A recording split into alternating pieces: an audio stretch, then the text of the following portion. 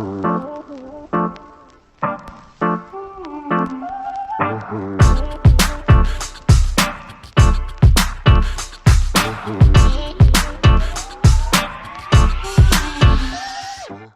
guys, welcome back to She Became Me podcast. I am Tina Rogers, your host, and I'm going to let my co-hosts introduce themselves. So we have, I'm Ronieka. Sheena. Yalonda.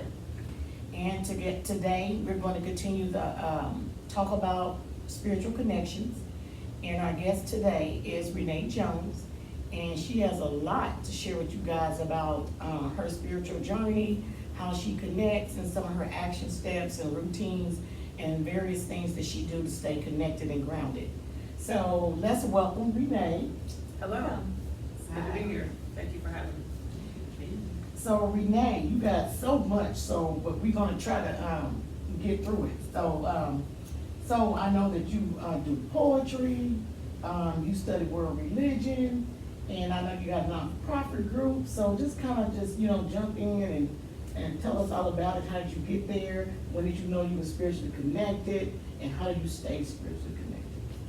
Well, my story starts early in my life, Okay. actually. As a young child,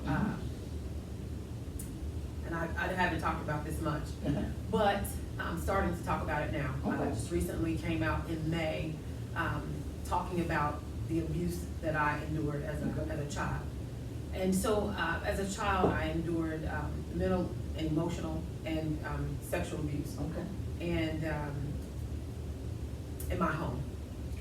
And so I found God. I don't know how it happened, except for to say to you that God had to be, he's ever present.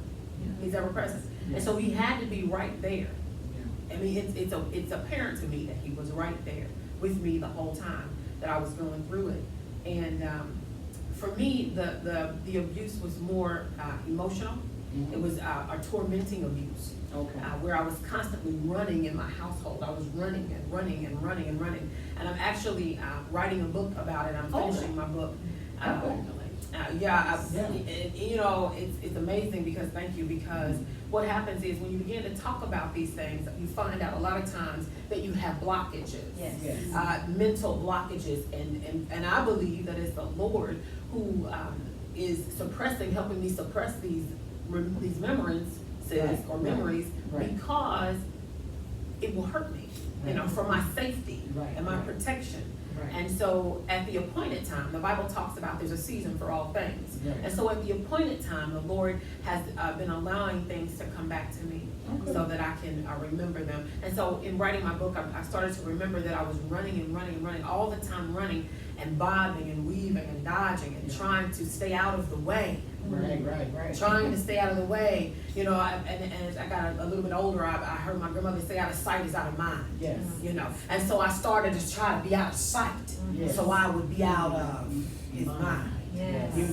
and out of reach. Yeah. And so what I remember is we had these stairs that led to the basement at our house, and they were dark stairs. And I would go to those stairs and close the door behind myself and sit at the top of those stairs, and I would begin to pray.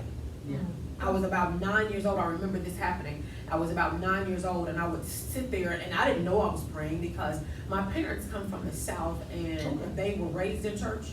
And but they decided once they got up here, migrated to the north, that they would not make us go to church. So they didn't really go to church. So I wasn't raised in a household of faith. Right. Okay. Right. So in a house that made little reference to God, I found God Yes. in the midst of my trouble. Yes. And so I remember sitting on the stairs saying, "If you're real," Yes. at 9 years old. Yes. I had heard about you. Right. Right. And Right. if you're real, I need you to show up and show out for me because I'm in trouble down here. Yes. I have no protection. And I was in a situation for me.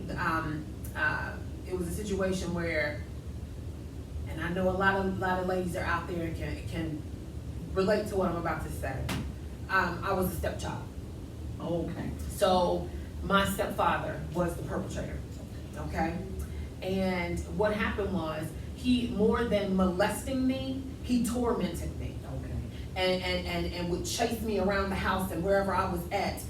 He would make me feel unsafe, you know, and exposing himself and touching me when my mother was present and acting as if he was just playing, being playful, horsing around, making me feel like she can't do anything to save you.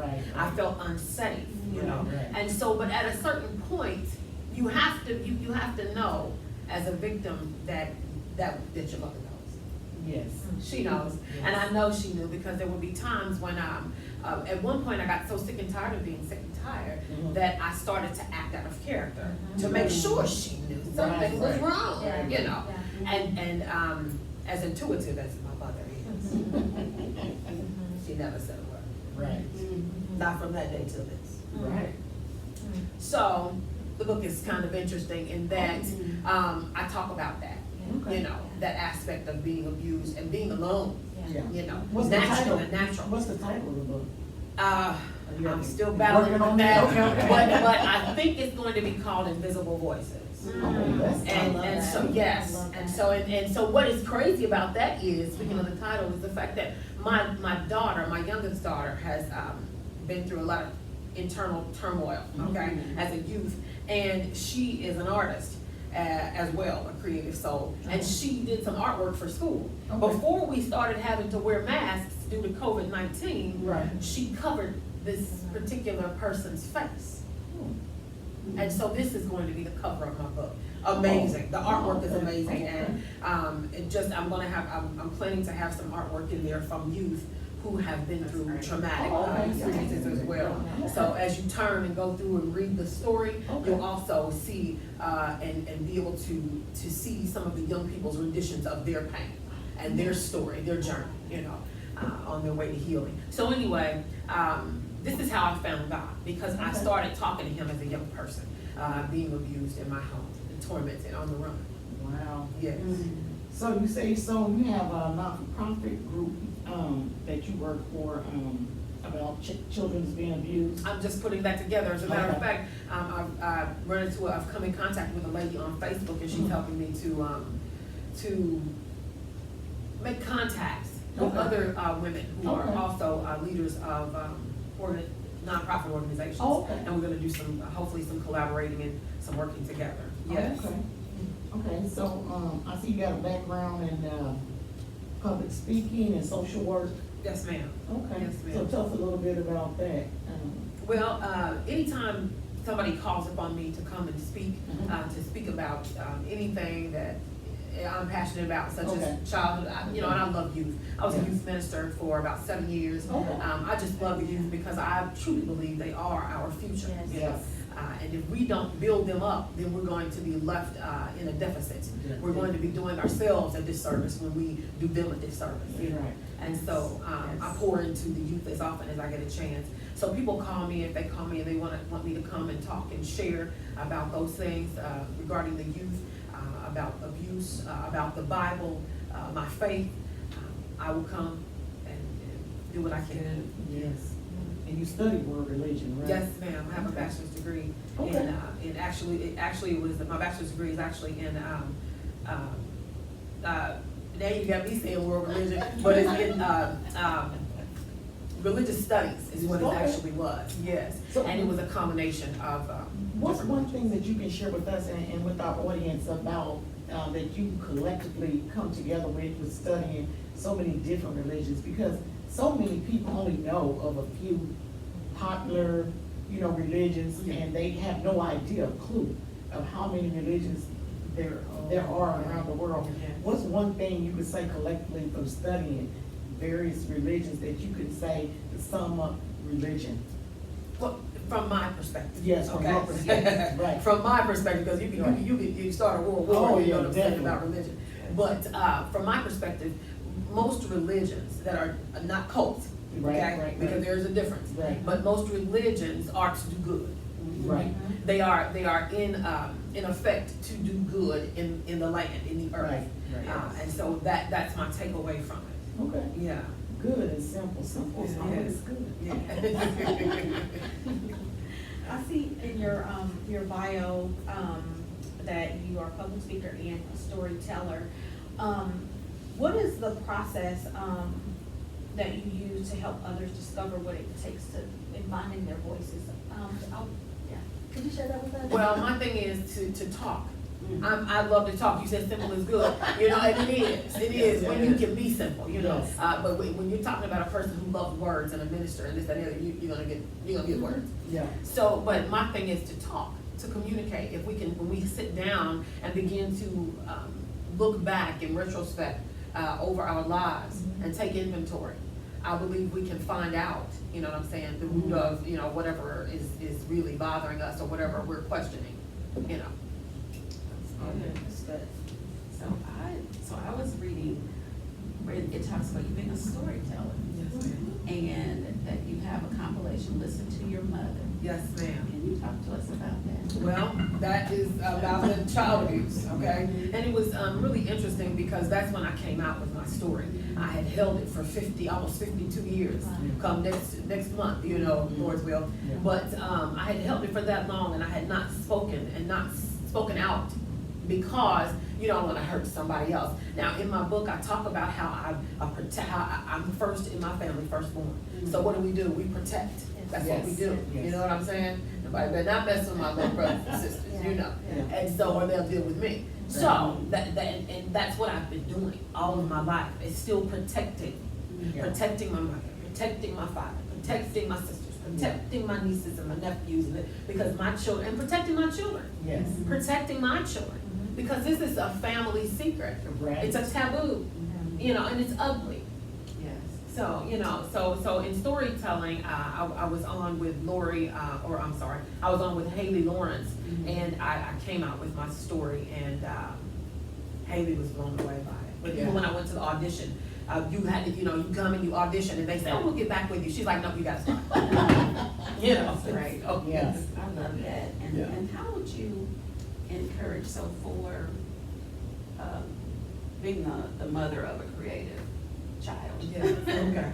And how would you encourage a young person to creatively use their creative nature and otherwise of telling their stories? Because there are young people that deal with many things, so some youth may express it through art, some through music. How would you, and I want to tap this because there's so much, so I want to tie you to do me a favor and try to tie this into your advocacy piece. Okay. Because when you think of a parent who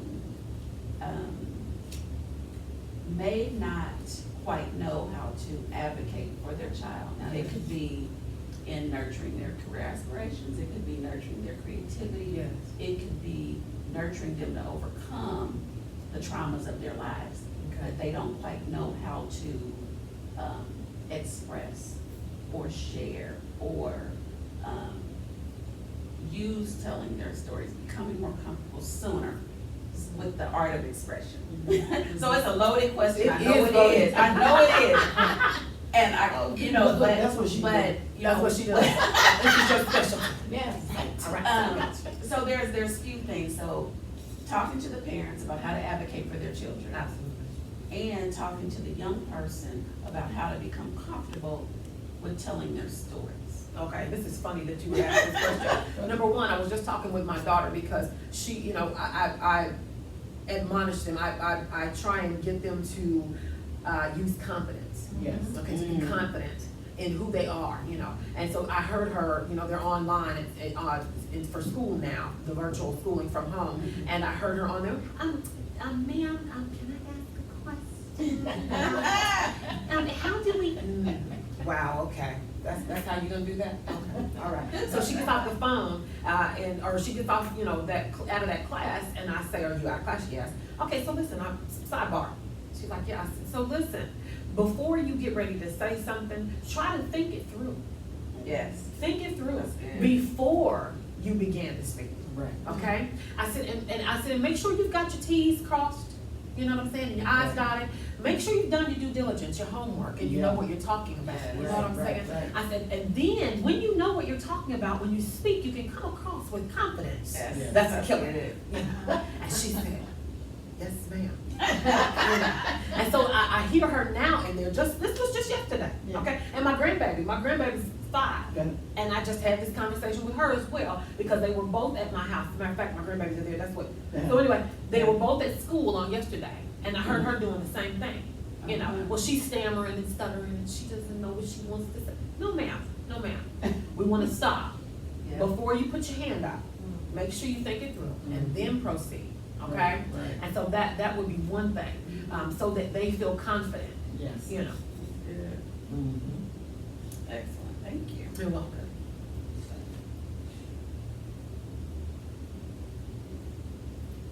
With everything going on in the world right now, systemic racism, race equality, violence, it's, you know, even breaking it down to the local level, the amount of violence that we have.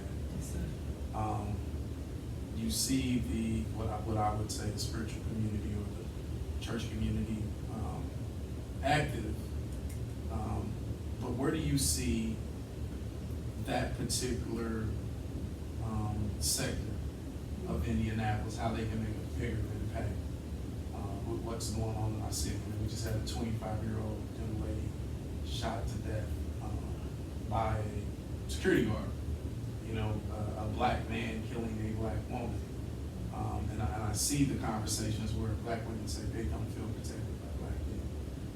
Where do you see spirituality and again that community or sector being able to make the biggest impact for the change that we know we need right now going on in our city? Okay, well, there are 2 things, I would say, from my perspective. One is we've got to get men in church. That's number 1. Number 2 is we've got to get money in black people's hands, okay? And I say those 2 things because there's no hope. Without hope, you know, our people perish, you know? So if we can get the men to believe in God again, you know, I believe that when we believe in God, we have a character. Yeah. We have a fundamental, a foundation, a character that guides us. It's like a sail on a boat, and you know, and you are hard pressed. I'm not going to say it's impossible because anything's possible if you have a will, but you are hard pressed when you are a devout believer in your faith to veer off course. So when you have men who stand up and they're solid about what they believe, who they are, and they are unmovable, you know, steadfast and unmovable. Then they are the set man. They are the heads and not the tail. That's what I raised my son to know, that who he is. He's the head and not the tail. He's above and not beneath. He's the first and not the last. You see what I'm saying? He's the protector, the provider. These are the things that I've raised him to believe, to know who he is in the character of God. And when men start to see themselves in the character of God, in the image of God, then you'll begin to see a change because they are the head. I need you to get at the helm. I need you to take control of the situation. When the adults, we said something in psychology, when I worked in the field of psychology, when the adults are in control, then the situation is in control. Right. In our community, when the men are in control, then the community will be in control. And about that dollar, I would like to see, okay? I would like to see the nonprofit organization or sector. I have 2 organizations that I have in mind that I would like to see come to pass, and this is what I'm talking about, getting this money in our hands. If you look at the COVID situation even, I mean, every situation, what happens is we are always the hardest hit. Why is that? Because we are always the low man on the totem pole. If we can get out of the low man position and elevate ourselves where our dollar is concerned, then we can make a difference, we can make an impact.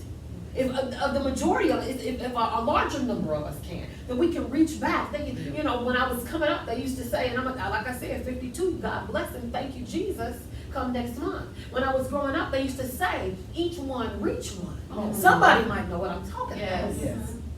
You know, we have got to stop this crabs in a barrel mentality. No matter what it takes, I'm going to step on your head. Yes. I'm going to step on your back. I'm going to step in your face to get that dollar. We've got to stop it. And like you said, on your throat. Yeah. I will cut off your air supply. Some of y'all. I will make you dead Yes. to get what I need. Yeah. It's about me. So we've got to stop this me, I mentality, because if you look at the other peoples on the planet Earth, look at the Hispanics, look at the Caucasians, look at the Indians, look, you will see that they come together, they stand together. You know, and we've said it a million times, but I mean, look at the Hispanics, they will live together, 99 of them. Yeah. Yes. Oh, yeah. Until this one kid has saved enough to buy a Yeah, house, yeah. and they all gonna live together. And you know what? I bet you they're putting on that house until it's paid off, because that house Yeah. is the hub. Yeah, yeah, that's right. We're not gonna lose this house. Right. We're gonna pay this house off. Yeah. Right. I mean, I need you to hear what I'm saying. Yeah. This question here, this is one that's close to my heart. You better preach. And it can be done.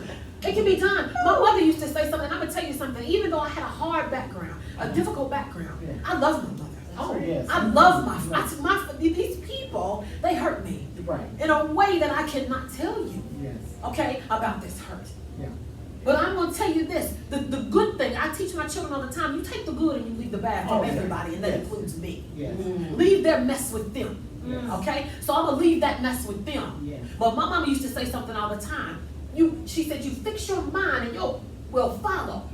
Your hind end, as my grandmother used to say, Yes. will follow. It can be done. Yes. We can change it. We've got to educate ourselves. I trained my children and taught my children to become entrepreneurs. Yes. Okay, we've got to start teaching our children to become entrepreneurs.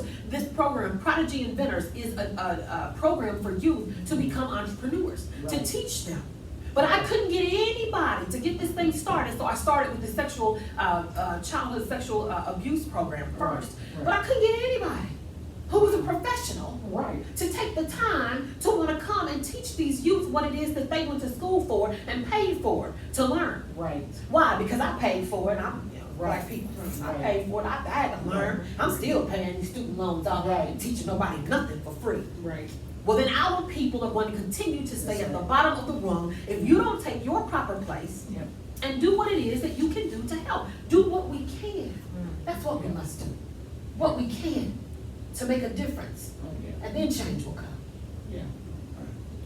That division, we just have not overcome being divided. That division is a defeater. Yeah. You know, if you will. And definitely, I think that is our greatest challenge right now. It is. It's great. So we want to move to, I want you to tell our audience how they can reach you for engagements, to speak about youth, or maybe, do a youth workshop, or any type of things that you may be interested in speaking for, so you can give the information, like how you can be reached, if you got website, phone numbers, emails, or whatever you want, how you want to be reached. Okay, well, the best way to reach me is, because I have so many emails, and so, oh my goodness.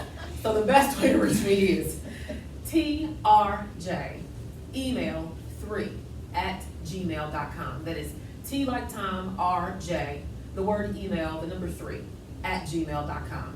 Or you can call me at 317-939-7255. Again, my name is Renee Jones. I will come and speak for you regarding youth, regarding childhood abuse, regarding civil matters, or with social matters Yeah. in the black community. Whatever, I'll be there. Just call me. Okay, and then everything will probably be in our comments, below. You can get it. If you can't, you can always contact me, contact us at the show, hit us up on email, and we will definitely, on Facebook, and we will still get you in contact with Renee. So what we're gonna do real quick, we're gonna get a she-mail question out the mailbox. And what we do with our she-mail question is, we'll get a perspective from everybody, and we want to get Renee's perspective before she leaves us today. So again, continue to send in your concerns, comments, and questions for she-mail, and that's at shebecameme2020@gmail.com. So let's see what we get today.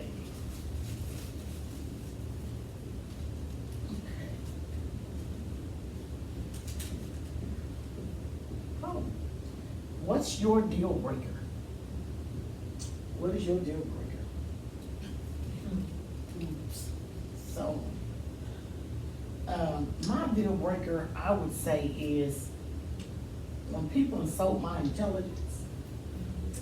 and in most cases would be like to just lie. And to insult my intelligence if I don't know any better. That is my deal breaker for, it's like most of any relationship that I have. Cause I lose all respect, for someone when you just don't have the nerve or enough respect for yourself to just tell me the truth. Definitely don't, even if you don't tell me the truth, I'd rather you say nothing, but insult of my intelligence is just a deal breaker for me with most relationships, so. I think I would agree with, like lying, because if someone just outrightly just makes up something or just lies on you, it's just like, Yeah. how do you do that? And Right. then, and repeated lies, when you put it on like repeat, because some people, they have, they put it on repeat as Right. well. Yeah, I would say getting physical with someone, Well, definitely. Oh, Yeah, yeah. whether a Yeah. friend or, Yeah, definitely, yeah. I'm not married, Cross so those lines. I've Yeah. never had to deal with, I mean, you know, I've talked to teens about dating violence and all these types of things, and, you know, I know survivors of domestic violence. It's just not something that I would deal with. Right, right. All these things, so. Oh, well, thank you. And I think I'm probably saying the same thing you ladies Yeah. are saying. For me, I would call it, poor character, you know, Yeah. when you are Yeah. just, you know, when you are portraying to be one person and then Yeah. I find out that you are Yes. somebody underhanded and just, scandalous, you know. Yeah, yeah, Yeah. yeah, yeah, Yeah, mine's definitely the same. yeah. Yeah, that's a good I one. no use for you at that point. There you go, that's my grandma. You get demoted. You know, sometimes they have a fun seat in your life, you know, because they have, you know, put their representative out there. And when you realize that you're not what you portraying to be, you just gotta demote them in your life, you know. We enjoyed you, Renee. Yes. Thank you. I mean, look, Thank you for having me here. I mean, I got some goosebumps a couple times. Yes. Thank God. Yes. All glory to God. Yes, Yeah. so, thank you for coming and, you know, and spending time with us and sharing with our audience, you know, your story and sharing your experiences, with us. And we really look forward to your book. Yes. It sounds like it's gonna be a great one. Thank you. Yeah. It's So, our journey. Yes, so until next time, we will see you, Renee, you know, hopefully we'll have you back, you know, Yes, on I would another, love that. on another topic. So we will take a short break and we have another guest that will be, joining us, shortly.